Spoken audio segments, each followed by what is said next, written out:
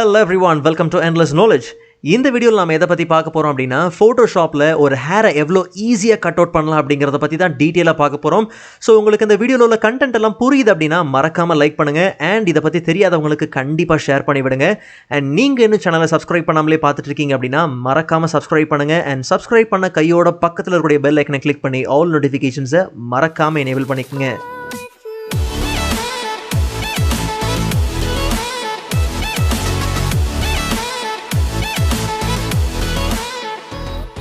Alright, so first of all, Photoshopல ஒரு ஹேரை cut out பண்ணுறதுக்கு நிறைய வழிகள் இருக்குது.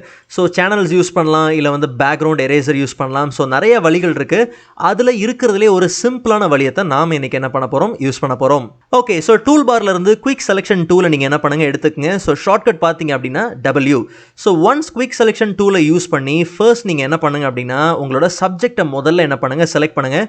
ஸோ பென் டூல் யூஸ் பண்ணி நம்ம என்ன பண்ணலாம் அப்படின்னா செலக்ட் பண்ணலாம். பட் இந்த குவிக் செலெக்ஷன் டூலை யூஸ் பண்ணி கொஞ்சம் வேகமாக இந்த வேலையை என்ன பண்ணலாம், முடிச்சுக்கலாம். ஓகே, ஸோ கரெக்டாக நீங்கள் எல்லாத்தையுமே கவர் பண்ணுறீங்களா அப்படின்றத பார்த்துக்குங்க. ஸோ பேக்ரவுண்ட் நமக்கு தேவையில்லை. ஸோ அதனால தான் நான் அந்த பேக்ரவுண்டை நான் என்ன பண்ணிட்டேன், வேண்டான்னு விட்டாச்சு. ஸோ கண்ட்ரோல்+ கொடுத்து கொஞ்சம் ஜூம் பண்ணிவிட்டு நீங்கள் எல்லாமே தேவைப்படக்கூடிய எல்லா ஏரியாவுமே நம்மளோட செலெக்ஷனுக்குள்ளே இருக்கான்றதை நீங்கள் என்ன பண்ணுங்கள், செக் பண்ணிக்கோங்க. Okay okay right okay fine. So இந்த ஹேர்லாம் பார்த்தீங்க அப்படின்னா நிறையா அது மிஸ் ஆகுது பார்த்தீங்களா. ஸோ கொஞ்சம் முடிஞ்ச அளவுக்கு நீங்கள் என்ன பண்ணுங்கள், ஃபெதரியாக இருக்கக்கூடிய இந்த ஹேர்லாம் நீங்கள் என்ன பண்ணுங்கள் அப்படின்னா செலக்ட் பண்ணுங்கள். ஸோ இந்த மாதிரி செலெக்ஷனில் இருக்கும் போது நீங்கள் ட்ராக் பண்ணுறதுக்கு ஸ்பேஸ் பாரை பிடிச்சி நீங்கள் என்ன பண்ணுங்கள், ட்ராக் பண்ணுங்கள். ஸோ ஸ்பேஸ் பார் நீங்கள் ஹோல்ட் பண்ணும்போது அந்த மாதிரி ஹேண்ட் சிம்பிள் வரும். ஸோ ஹேண்ட் டூல் வரும். ஸோ அதை யூஸ் பண்ணி நீங்கள் என்ன பண்ணலாம் அப்படின்னா ட்ராக் பண்ணிக்கலாம். ஸோ ரொம்ப ஃபெதரியாக இருக்கிறத நீங்கள் என்ன பண்ணலாம் அப்படின்னா விட்டுறலாம். ஓகே, ஸோ எந்த அளவுக்கு உங்களுக்கு டீட்டெயிலிங் வேணுமோ அந்த அளவுக்கு பொறுமையாக உட்காந்து நீங்கள் என்ன பண்ணுங்கள் அப்படின்னா இந்த செலெக்ஷனை கம்ப்ளீட் பண்ணுங்கள். ஸோ நீங்கள் செலக்ட் பண்ணும்போது உங்களுக்கு தேவைன்னா நீங்கள் என்ன பண்ணலாம், ப்ரஷோட சைஸை நீங்கள் என்ன பண்ணலாம், இன்க்ரீஸ் பண்ணலாம், இல்லை டிக்ரீஸ் பண்ணிக்கலாம். ஸோ எந்த அளவுக்கு வேணுமோ நீங்கள் தாராளமாக நீங்கள் என்ன பண்ணலாம், ப்ரஷோட சைஸை நீங்கள் உங்களோட தேவையான அளவுக்கு நீங்கள் செட் பண்ணி வச்சுக்கலாம். Okay right. So alright. So unwanted detailing தேவையில்லை. ஸோ அன்வான்ட் ஏரியாலாம் நீங்கள் எடுத்துட வேண்டாம். ஸோ இன்கேஸ் நீங்கள் அன்வான்ட் ஏரியாவை சேர்த்து நீங்கள் செலக்ட் பண்ணிட்டீங்க அப்படின்னாலும் பிரச்சனையே கிடையாது. ஸோ உங்கள் குவிக் செலெக்ஷன் மோட் வந்து இப்போ எதில் இருக்குது அப்படின்னா ஆடில் இருக்குது. ஸோ நீங்கள் என்ன பண்ணுங்கள் அப்படின்னா அதை சப்ட்ராக்ட்டுக்கு மாற்றிட்டு ஸோ இந்த அன்வான்ட் ஏரியாவை நீங்கள் என்ன பண்ணலாம் அப்படின்னா ரிமூவ் பண்ணிக்கலாம். ஸோ டிஃபால்ட்டாக உங்கள் குவிக் செலெக்ஷன் மோட் பார்த்தீங்க அப்படின்னா எதில் இருக்கும் அப்படின்னா வந்து ஆடில் தான் இருக்கும். ஸோ தேவைன்னா நீங்கள் என்ன பண்ணுங்கள், சப்ட்ராக்ட்டுக்கு தாராளமாக நீங்கள் என்ன பண்ணலாம், சேஞ்ச் பண்ணிக்கலாம். ஓகே, ஸோ இப்போ Ctrl+0 கொடுத்து ஃபிட் ஸ்க்ரீனுக்கு வந்துடலாம். ஸோ உங்கள் செலெக்ஷன் எல்லாமே ஓகே, உங்களுக்கு சாட்டிஸ்ஃபைடு அப்படின்னா இப்போ நார்மலாக நீங்கள் என்ன பண்ணுங்கள், மேலே பார்த்தீங்க அப்படின்னா செலக்ட் அண்ட் மாஸ்க் அப்படிங்கிற ஆப்ஷனை கிளிக் பண்ணுங்கள். ஸோ ஒரு விஷயத்தை நீங்கள் நல்லா ஞாபகம் வச்சுக்கோங்க. மோஸ்ட் ஆஃப் த ஃபோட்டோஷாப் வெர்ஷனில் பார்த்தீங்க அப்படின்னா இந்த இடத்துல உங்களுக்கு ரிஃபைன் எட்ஜ் அப்படிங்கிற ஆப்ஷன் உண்டு.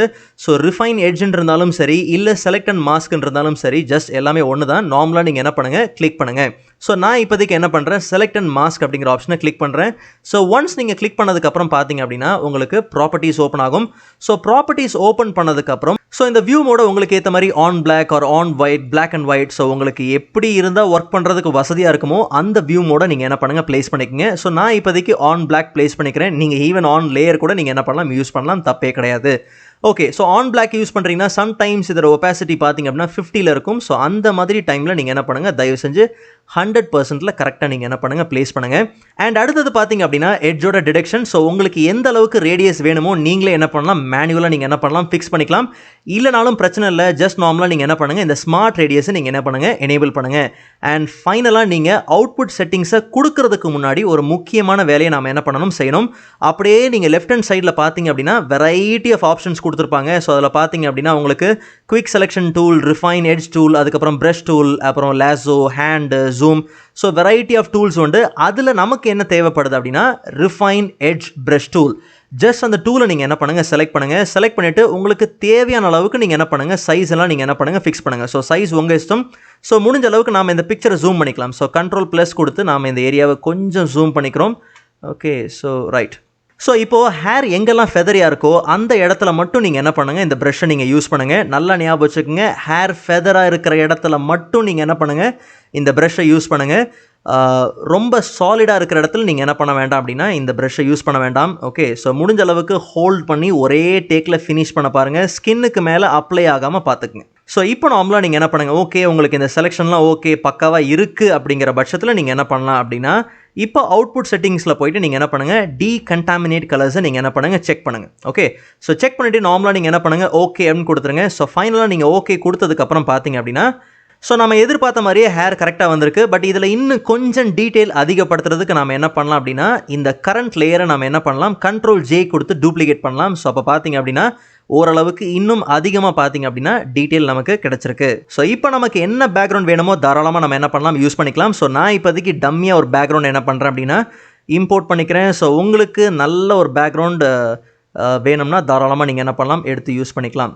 Okay right.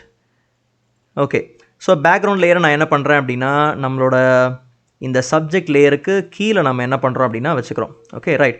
ஸோ இந்த பேக்ரவுண்டை ஒரு வேளை நீங்கள் பிளர் பண்ணணும் அப்படின்னா ரொம்ப சிம்பிள். பேக்ரவுண்ட் லேயரை நீங்கள் என்ன பண்ணுங்கள், செலக்ட் பண்ணிவிட்டு நேராக நீங்கள் என்ன பண்ணுங்கள் அப்படின்னா ஃபில்டரில் போயிட்டு பிளரில் போயிட்டு நீங்கள் என்ன பண்ணுங்கள், காஷன் பிளர் எடுத்துக்கங்க. ஸோ உங்களுக்கு எந்த அளவுக்கு பிளர் பண்ணணும் அப்படிங்கிறத நீங்கள் தாராளமாக என்ன பண்ணலாம் அப்படின்னா பண்ணிக்கலாம். ஜஸ்ட் நீங்கள் ஓகே அப்படின்னு கொடுத்தாலே போதும். All right. ஸோ ப்ரீவியஸ் வீடியோட லிங்க் நான் டிஸ்கிரிப்ஷனில் கொடுத்துருக்கேன், மறக்காம நீங்கள் செக் பண்ணி பாருங்கள். அண்ட் நெக்ஸ்ட் வீடியோவில் இதை விட இன்ட்ரெஸ்டிங்கான டாப்பிக்கை பார்க்கலாம். அதுவரை காத்திருங்கள்.